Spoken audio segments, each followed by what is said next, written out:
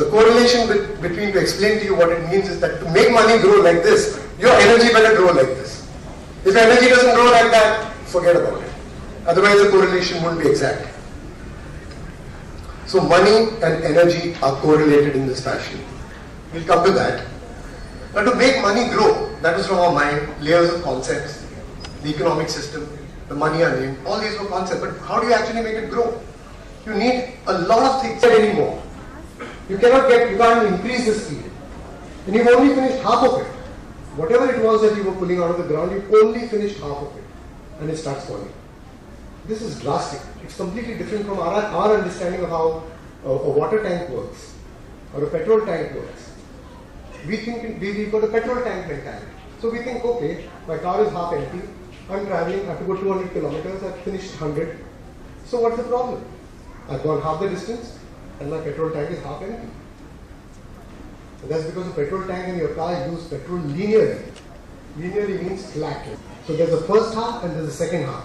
There's a before the peak and there's an after the peak. Keep this word peak in mind. It's going to feature very strongly in the years to come and in my presentation also. So this follows the laws of geology. The laws which we made for money were laws which came out of our mind. They were up to us. We said, no, it should be like this. It was our insistence. This cannot follow our insistence. If there's anybody who thinks that you can walk this, you just photograph. Nobody in any school knows about this guy. He did the most amazing thing. I would say even more amazing than what Newton did or what Einstein did. Because it was actual practical knowledge that he gave us. And he predicted, he was in America in 30s, 40s, 1930, 1940. And his job was to see how well an oil well is performing. So every day he plotted, he says, okay, this well, let's see, it's giving me more. And he was stunned that when it reached the middle point, it would start falling. Because you can predict how much oil there is in a well, a reservoir. There's a lot of science behind that. So if you see that if you have calculated it's 100,000 barrels, at 50,000 it starts falling. And it goes to the other one, it starts falling. The other one, it starts falling. He does the data for a whole area. Like say for instance Bangalore. If you add up all the wells in Bangalore, they also go up and then the sum of it starts falling at the middle point. Take the state, Maharashtra, it starts falling. Take South India, Western India, it starts falling. Whichever region you take, whichever number of oil wells you take, when you add them up, the sum of it is also a benefit. It may not be exactly.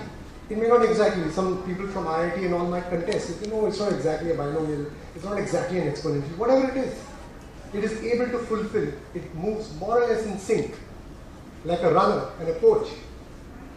If I'm able to keep up with my coach's exponential IIT, it has gone into a completely fantasy zone and it is making a huge assumption. No matter how complex your model, there's one little assumption you're making somewhere. We'll come to for this. According to me, Tihar jail would have been more suitable. But it is criminal. Sorry, I won't mince my words. It's criminal.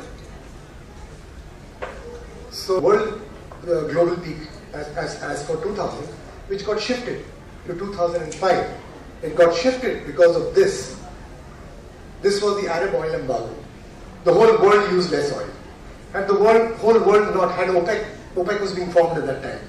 Had they not blackmailed the world, had they not said that we're going to hold the oil back, we want the prices up. They were getting scared that there was no control. Kuwait is selling it at their own price, Saudi is selling it at their own price, Iran is selling it at their own price. They said, no, we got to control this. So they formed a cartel basically. But in that process they also miscalculated and the world told them to go to hell. And there was less usage. So the whole graph shifted 5 years to the right. Had that not happened, Hubbard would have been spot on. He would have been one of the most amazing empirical scientists, completely unrecognized. We were talking about it. It was no surprise to us. It was a huge surprise to the Wall Street gang. It was a huge surprise to the RBI. It was a huge surprise to the finance minister. It was a huge surprise to the industries people. And all the guys who have come out of Harvard, and it was no surprise to us. We were shouting from mountain tops that this is going to happen. And it did. And what actually happened was that when you reach the peak, your bluff is called. It's midnight. We've been bluffing. We've been betting. And when it's midnight and things start dropping, your bluffs are called. everybody comes and wants to encash it. And that's what happened. 50 trillions got wiped out within 6 months. Coming to take a top view of what it is. So when you have a reality, a concept which is exponential, which is backed by a reality which is Bell, it is mathematically obvious that they go together for some time, up to point 1, which I call phase 1, which was that your growth of your money is related to the number of cakes you're making. It is backed by real production, backed by real resources, backed by real energy, backed by real enterprise, real service, whatever you want to call it. Even a massage requires energy, not your energy, but it requires energy. You have a company that gives massages. You have people who come and give the massages. They get on their scooters, they come, they sit somewhere, they type in this. You have to have something. Software guys say, oh, we're just software. What do you mean you're just software? You use a lot of energy. That server which is spinning day and night, when people say, please don't send this email, you think of the forests and all that. That's nonsense. If I print out something, my great-great-grandchild will see that letter. There will be no energy expended. But every silly YouTube video and email is sitting and spinning on a server day and night and hogging energy.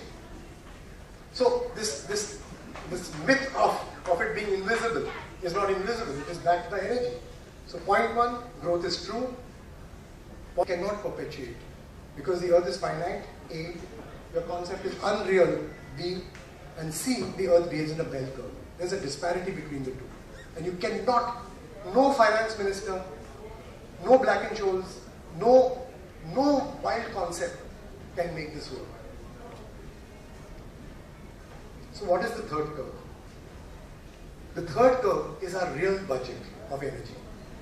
What we did was, let me just say this again. The third curve. When you go through the book, those of you who are more intrigued with this share. I think that we are very lucky to be living in a country like India for many reasons. One is that intrinsically India is local, small, connected, traditional, frugal, intrinsically, not us in the cities, but a large part of it, which we are quickly trying to take the other way. The second thing is I went to Delhi and I met a lot of the administrators and I was pleasantly surprised. Our impression is that all these guys are corrupt. But it's not true. When you are part of a system, your hands are tied, kind of. But I found a lot of administrators who I met one-to-one who gave me a hearing and they said, yeah, this makes sense.